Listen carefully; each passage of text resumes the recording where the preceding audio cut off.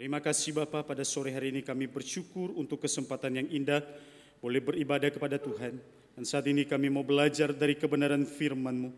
Kami berdoa biarlah sungguh kuat kuasa Roh Kudus yang menolong kami, memberikan kepada setiap kami pencerahan, sehingga kami dapat memahami akan kebenaran firman Allah, dan setiap kami juga dimampukan untuk menjadi pelaku-pelaku kebenaran firman Allah. Berbicaralah bagi kami, karena kami sudah siap mendengarnya. Dalam nama Yesus kami berdoa. Amin. Silakan duduk. Shalom. Bagaimana kabarnya Bapak Ibu Saudara? Puji Tuhan.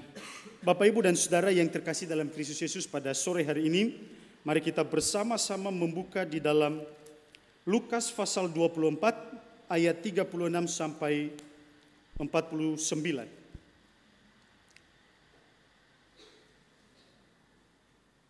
Lukas pasal 24 ayat 36 sampai 49.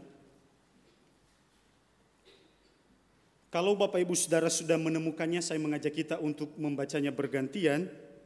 Dari depan mimbar akan membaca ayat genap, Bapak Ibu Saudara sekalian membaca ayat ganjil. Lukas 24 ayat 36 sampai 49.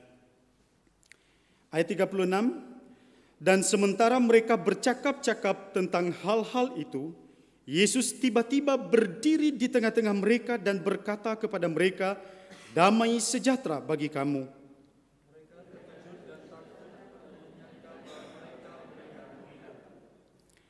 Akan tetapi ia berkata kepada mereka, "Mengapa kamu terkejut? Dan apa sebabnya timbul keraguan-raguan di dalam hati kamu?"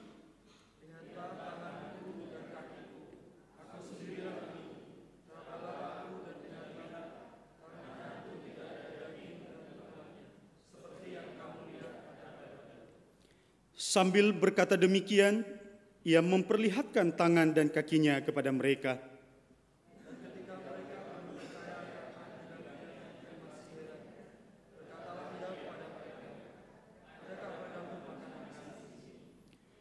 Lalu mereka memberikan kepadanya sepotong ikan goreng.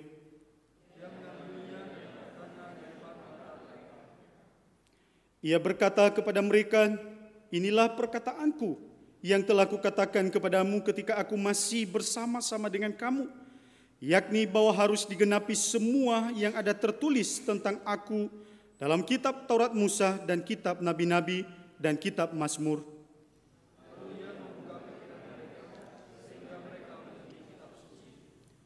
Katanya kepada mereka, "Ada tertulis demikian, Mesias harus menderita dan bangkit dari antara orang mati pada hari yang ketiga."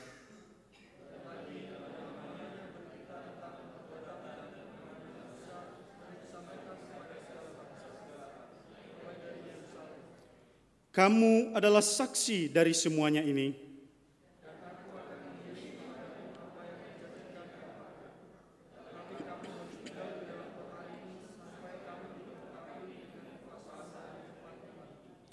Amin. Sampai di situ pembacaan firman Tuhan. Yang berbahagia ialah setiap kita yang membaca, merenungkan, menyimpan, dan terlebih melakukan kebenaran firman Allah dalam kehidupan kita hari lepas hari.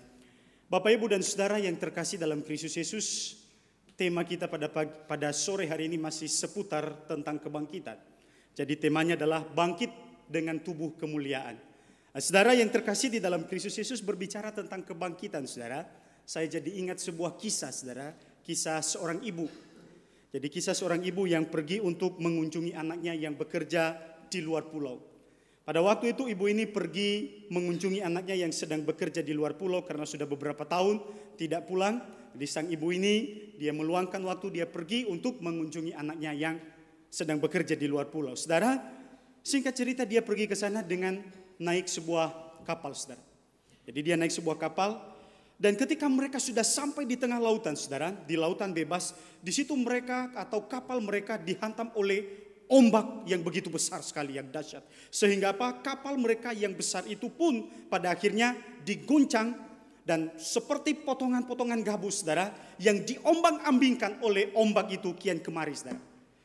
Jadi semua orang yang ada di dalam kapal itu, saudara, mereka berteriak-teriak oleh karena ketakutan. Jadi mereka takut jangan-jangan kapal kita ini akan hancur dan akan tenggelam dan kita semua akan mati. Tetapi pada saat semua orang berteriak-teriak karena rasa takut, saudara. Bahkan juga ada yang mabuk laut. Tetapi sang ibu ini tetap tenang, saudara. Sekalipun kapal itu sedang digoncang dengan dahsyatnya oleh ombak yang begitu besar, ibu ini tetap santai saja dan dia tetap tenang menghadapi situasi yang semacam itu. Bahkan dia juga malah membantu orang-orang yang sedang mabuk laut. Jadi dia menolong mereka, dia memberikan pertolongan kepada mereka. Dan di dalam keadaan itu dia tetap tenang, saudara. Dan pada saat itu ada seorang pemuda yang memperhatikan ibu ini, saudara. Jadi dari awal mereka dihantam oleh ombak yang begitu besar. Pemuda ini memperhatikan ibu ini. Dia begitu tenang sekali menghadapi keadaan yang seperti itu. Lalu kemudian saudaraku, singkat cerita, beberapa jam setelah itu akhirnya ombak pun mulai berhenti, saudara. Kapal mereka pun pada akhirnya bisa menjadi tenang, saudara. Nah, ketika kapal sudah menjadi tenang, sang pemuda ini, saudara, masih penasaran. Kenapa ibu ini begitu tenang menghadapi situasi yang semacam itu. Lalu dia datang, dia mendekati ibu ini, lalu dia berkata, "Ibu, dari tadi saya memperhatikan ibu ketika kita dihantam oleh ombak yang begitu besar, tetapi ibu tetap tenang. Apakah ibu tidak takut kalau kapal kita ini akan hancur dan tenggelam dan kita mati?" Ibu ini santai sekali menjawabnya, saudara. Dengan tersenyum dia berkata kepada anak muda ini, "Anak muda, apa yang harus saya takutkan dalam hidup ini? Saya ini sedang dalam perjalanan untuk mengunjungi anak saya yang sedang bekerja di luar pulau. Dan kalau kapal kita ini selamat bisa sampai di pelabuhan, maka puji Tuhan saya akan bertemu dengan anak saya yang sedang menunggu di pelabuhan. Tetapi kalau Tuhan berbicara lain, kalau kapal kita ini pun harus hancur di sini dan tenggelam dan kita harus mati, saya pun tidak takut. Karena saya percaya bahwa di dalam Tuhan ada kebangkitan dan hidup. Saya pasti akan bertemu dengan anak bungsu saya yang telah mendahului saya." Saudara yang terkasih di dalam Kristus Yesus, ternyata ibu ini tidak takut menghadapi keadaan yang semacam itu oleh karena dia punya pengharapan yang kuat di dalam Tuhan. Bahwa di dalam Tuhan itu ada jaminan kebangkitan dan hidup. Jadi sekalipun dia harus mati, tenggelam, bahkan mungkin dimakan ikan, dia tidak takut sekalipun, saudara. Dia berkata bahwa di dalam Tuhan ada kebangkitan dan hidup. Dan inilah pengharapan yang ada di dalam diri ibu ini, sehingga dia pun tetap sukacita di dalam menghadapi situasi yang terjadi pada waktu itu. Saudaraku yang terkasih di dalam Kristus Yesus, sebenarnya berita tentang kebangkitan itu adalah doktrin atau pengajaran yang sangat mendasar sekali di dalam iman kekristenan kita. Karena apa, saudara? Apa artinya Yesus lahir dalam dunia ini kalau pada akhirnya dia mati dan tidak bangkit? Bahkan Paulus berkata di dalam bagian yang kita baca minggu lalu, 1 Korintus 15, di situ sudah disinggung oleh Paulus bahwa kalau Yesus tidak bangkit maka sia-sia kita percaya, sia-sia kita beriman. Bahkan juga Paulus berkata sia-sia pemberitaan kami. Itu artinya apa? Bahwa kebangkitan itu merupakan pengajaran yang sangat mendasar sekali di dalam iman kekristenan kita. Dan syukur kepada Allah, saudara, atau puji Tuhan. Karena apa, saudara? Firman Tuhan, Alkitab memberikan banyak sekali bukti-bukti kepada setiap kita bahwa Yesus Kristus sungguh-sungguh telah bangkit dari antara orang mati. Dan itu juga sekaligus menjadi jaminan di dalam kehidupan setiap kita bahwa sama seperti Kristus bangkit dari antara orang mati, maka semua orang pun pasti akan bangkit dari antara orang mati. Hanya bedanya, saudara, orang yang benar dibangkitkan untuk hidup yang kekal, sementara orang yang durhaka dibangkitkan juga untuk penghakiman dan penghukuman Allah. Jadi semuanya pasti akan dibangkitkan, karena kebangkitan Yesus dari antara orang mati menjadi jaminan kebangkitan semua orang, termasuk mereka yang sudah mati dari zaman perjanjian lama pun mereka dibangkitkan, saudara. Jadi semua pasti akan mengalami kebangkitan.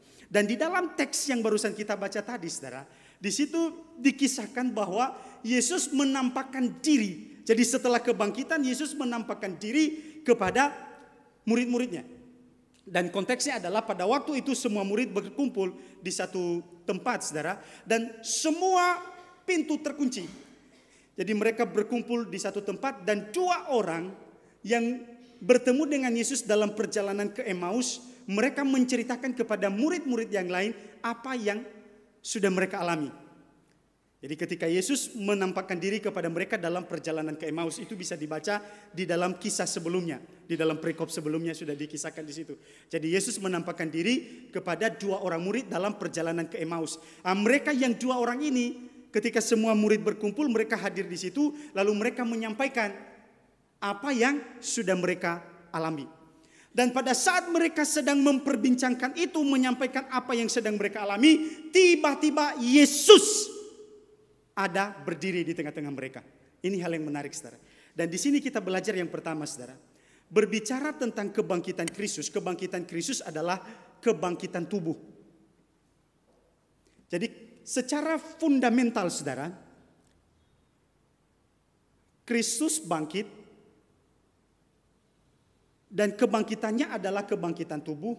Jadi identik dengan tubuh alamiah, hanya saja bedanya tubuh kebangkitan Kristus adalah tubuh yang mulia, tubuh yang tidak lagi dapat binasa.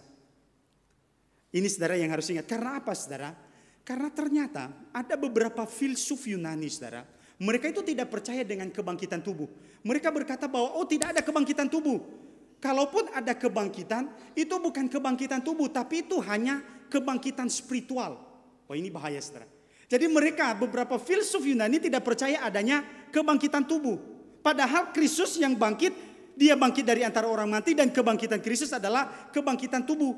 Jadi secara fundamental, tubuh kebangkitan itu identik dengan tubuh alamiah. Hanya saja bedanya apa, saudara? Bedanya tubuh kebangkitan itu tubuh kemuliaan dan juga tubuh yang tidak dapat binasa, dan berbeda dengan tubuh kita yang sekarang. Kalau tubuh kita yang sekarang bisa sakit, bisa lemah, tubuh kebangkitan tidak bisa sakit, tidak bisa lemah. Nah, para filsuf Yunani tidak percaya hal itu, saudara. Mereka berkata bahwa kebangkitan bukan kebangkitan tubuh, tetapi itu hanya secara spiritual saja. Lalu kemudian orang-orang yang sudah dipengaruhi oleh ajaran Gnostik, saudara, mereka berkata bahwa tidak ada kebangkitan tubuh.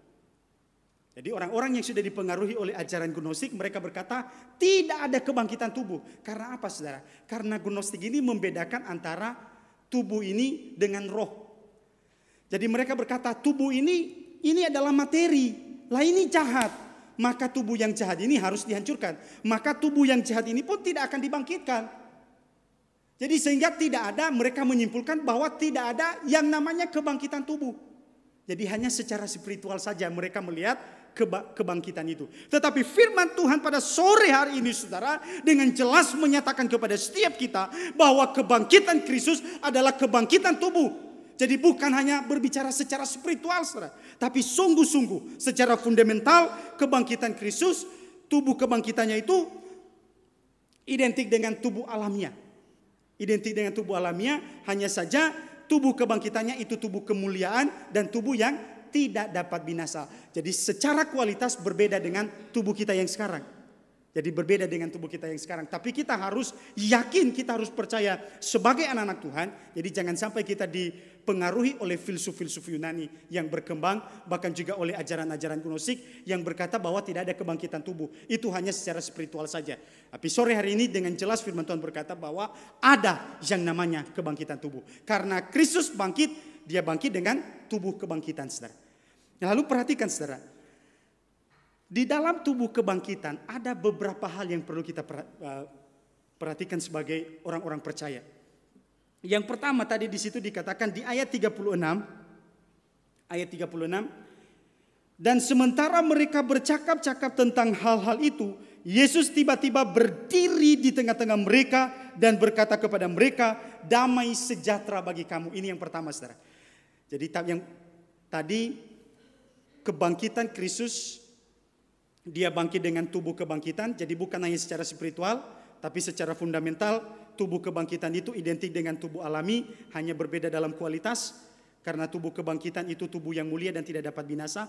Lalu di dalam tubuh kebangkitan itu ada beberapa poin yang perlu kita perhatikan. Yang pertama tadi, tubuh kebangkitan itu, tubuh kebangkitan Kristus tidak dibatasi oleh ruang dan waktu. Perhatikan kisahnya begini, saudara. Jadi pada waktu itu Yesus tiba-tiba berdiri di tengah-tengah mereka.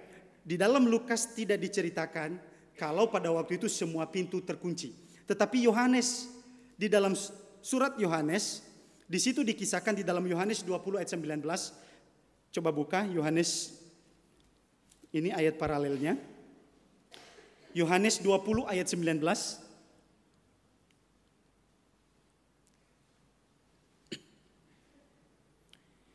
Dalam Yohanes 20 ayat 19 dikatakan begini.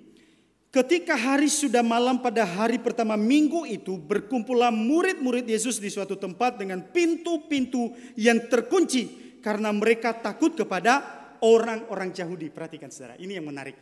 Jadi pada waktu itu di tempat di mana murid-murid berkumpul dan sedang berbincang-bincang, semua pintunya terkunci. Oke? Semua pintunya terkunci saudara. Dan ketika Yesus masuk dan berdiri di tengah-tengah mereka, di situ dikatakan tadi dalam Lukas itu tiba-tiba. Dan tidak dituliskan di sini bahwa ada yang membukakan pintu untuk Yesus. Jadi di sini tidak dikatakan bahwa ada yang membukakan pintu supaya Yesus yang sudah bangkit itu bisa masuk di dalam ruangan di mana mereka sedang berkumpul. Tidak ada dikisahkan di sini. Jadi semua dalam keadaan tertutup, semua dalam keadaan terkunci saudara. Di situ tadi dalam Yohanes dijelaskan alasannya kenapa sampai seperti itu. Karena pada waktu itu murid-murid dikuasai oleh rasa takut karena apa saudara? Karena mereka itu dituduh telah mencuri mayat Tuhan Yesus pada saat penjaga-penjaga kubur itu sedang tidur. Jadi ini berita yang berkembang pada saat itu. Orang-orang berkata, bahkan para tua-tua, para pemimpin berkata bahwa oh Yesus tidak sungguh-sungguh bangkit. Tetapi dia atau mayatnya itu sudah dicuri oleh para murid pada saat penjaga kubur itu sedang tidur. Tapi sebenarnya ini adalah berita dusta. Tapi karena ini sudah tersebar saudara, dan ini yang berita yang disampaikan pada waktu itu, murid-murid merasa takut. Sehingga ketika mereka berkumpul di satu tempat, semuanya di dalam keadaan terkunci. Tapi perhatikan saudara, Yesus bisa hadir tiba-tiba dan berdiri di tengah-tengah mereka. Ini tubuh kemuliaan yang pertama saudara, yang bisa kita perhatikan. Jadi ini yang digambarkan Alkitab tentang tubuh kemuliaan itu atau tubuh kebangkitan itu. Jadi tubuh kebangkitan Kristus tidak bisa dibatasi oleh ruang dan waktu. Jadi sekalipun semuanya sudah terkunci, Yesus bisa hadir di tengah-tengah mereka. Tapi saudara, bukan seperti apa saudara? Ada film yang disukai anak-anak itu apa itu? Casper ya. Casper itu kan tidak berdaging, tidak bertulang. Tapi Tuhan Yesus tidak seperti itu. Nah, tadi pandangan-pandangan filsuf-filsuf Yunani dan juga Gnostik ya seperti itu. Jadi mereka melihat bahwa seperti Casper. Tapi Tuhan Yesus yang bangkit dalam tubuh kebangkitan bukan seperti itu. Karena dia punya daging dan punya tulang. Nah, Yesus tiba-tiba ada dan berdiri di tengah-tengah mereka. Inilah poin pertama yang disampaikan di dalam Alkitab kepada setiap kita yang percaya tentang tubuh kemuliaan. Bahwa tubuh kemuliaan itu tidak bisa dibatasi oleh ruang dan waktu. Ini yang pertama. Lalu yang kedua saudara, di situ dikatakan murid-murid pada waktu itu terkejut dan takut dan menyangka bahwa mereka melihat hantu. Wah, ini respon murid-murid. Jadi ketika Yesus tiba-tiba berdiri di tengah-tengah mereka, karena tubuh kemuliaan Kristus tidak bisa dibatasi oleh ruang dan waktu, para murid pada waktu itu mereka terkejut dan takut saudara. Bahkan di ayat-ayat selanjutnya di situ dikatakan mereka bukan hanya sekedar terkejut, mereka juga di dalam hidup mereka ada keraguan-raguan.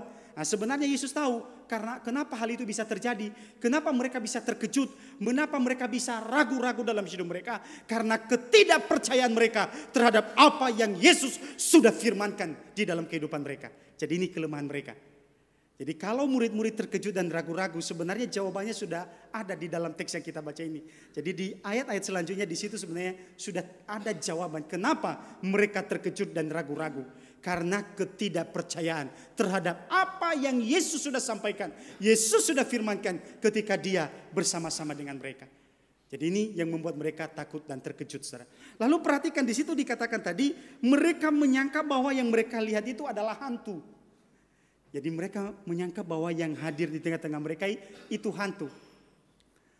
Nah, saudara, kata yang dipakai di sini untuk hantu adalah pneuma, saudara. Jadi pneuma artinya roh. Tapi di satu sisi dia juga diterjemahkan hantu. Tapi sebenarnya kalau kita simpulkan arti dari kalimat ini sebenarnya atau dari kata pneuma ini, jadi mereka melihat yang hadir di tengah-tengah mereka adalah roh yang tidak berdaging dan tidak bertulang. Jadi yang seperti Casper tadi. Jadi kalau yang namanya hantu itu tidak berdaging dan tidak bertulang. Beda dengan tubuh kebangkitan Yesus. Makanya saya kadang-kadang kaget kalau orang bilang saya sudah lihat hantu. Bilang hantu itu seperti apa? Padahal sebenarnya yang mau dikatakan bahwa hantu itu tidak ada. Jadi tidak bisa dilihat, tidak bisa diraba. Ini yang harus kita ingat dalam pengajaran tentang hantu. Ya kapan-kapan dikhotbahkan tema tentang hantu. Tapi intinya begini, Yesus membandingkan di sini bahwa aku bukan hantu. Kalau hantu itu dia roh yang tidak berdaging dan tidak bertulang. Jadi seorang pun tidak ada yang bisa melihat dan meraba hantu. Jadi kalau saudara sering-sering melihat hantu, bergumulah apa yang saudara lihat.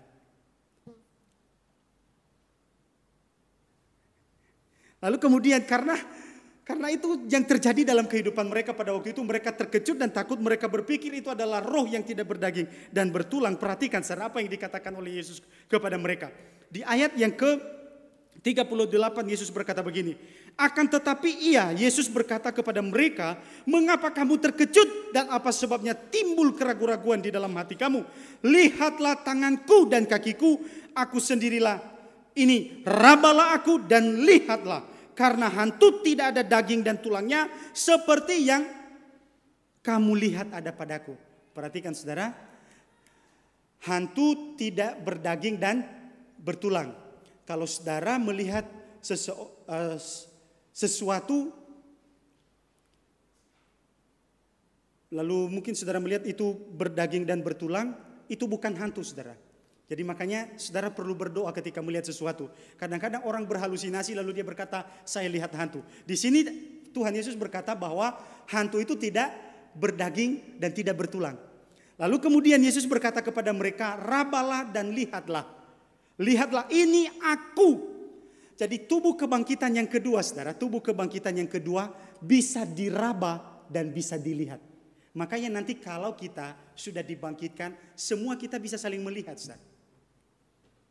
Ya, kalau tadi dibicarakan hanya kebangkitannya secara spiritual, ya nanti saya tidak akan pernah bisa melihat Pak Heru. Tapi ini kita bisa melihat. Jadi tubuh kebangkitan, tubuh kemuliaan itu bisa diraba dan bisa dilihat saudara. Karena apa? Karena berdaging dan bertulang. Jadi sama seperti tubuh kebangkitan Yesus ini, itu juga nanti yang akan kita kenakan saudara.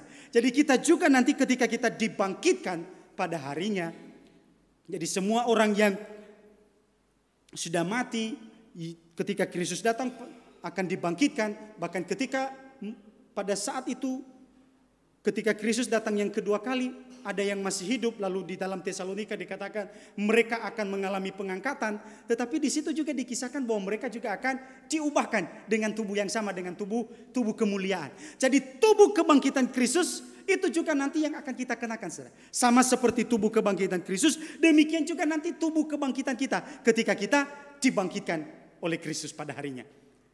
Jadi tubuh kebangkitan itu bisa diraba dan bisa dilihat. Jadi tidak seperti hantu, tidak seperti Casper itu loh saudara ya.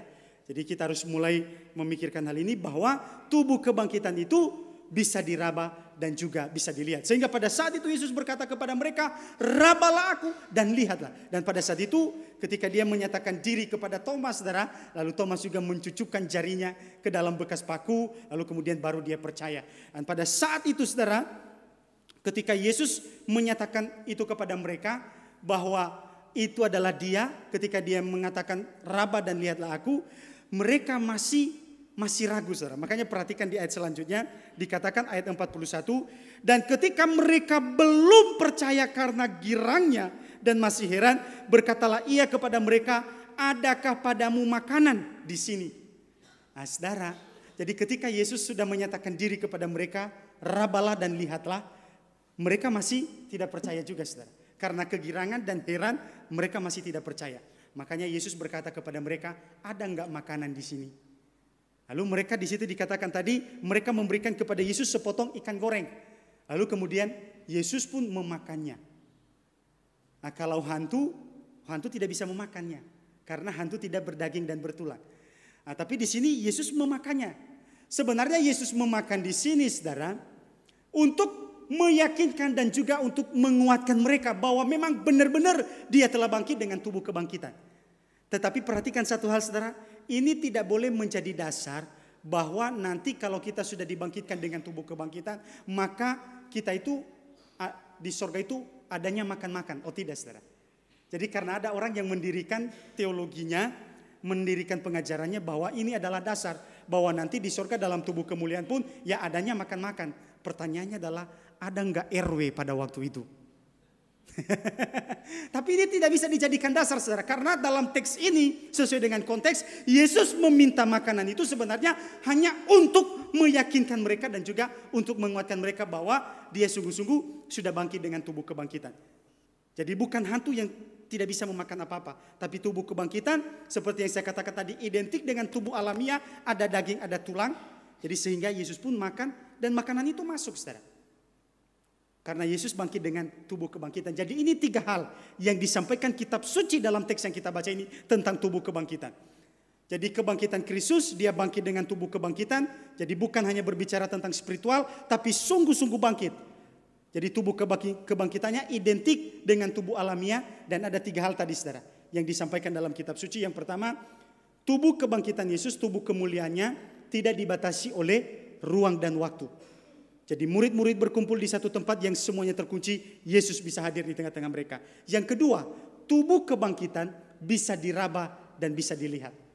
Lalu bukti yang ketiga yang Tuhan Yesus berikan kepada para murid di sini untuk mencelikkan mata mereka, yaitu dengan makan. Kalau hantu tidak bisa makan, sementara Yesus bisa makan. Jadi Yesus makan di sini bukan untuk membuktikan bahwa nanti dalam tubuh kebangkitan kita akan makan-makan, bukan. Tetapi dia makan di sini untuk meyakinkan dan juga menguatkan para muridnya. Jadi ini, saudara, tentang tubuh kebangkitan. Jadi jangan kita berpikir lagi bahwa tubuh kebangkitan itu ya seperti hantu itu nanti tidak ada daging, tidak ada tulang. Bukan seperti itu. Tapi tubuh kebangkitan nanti ada daging dan ada tulangnya. Pertanyaannya begini, saudara.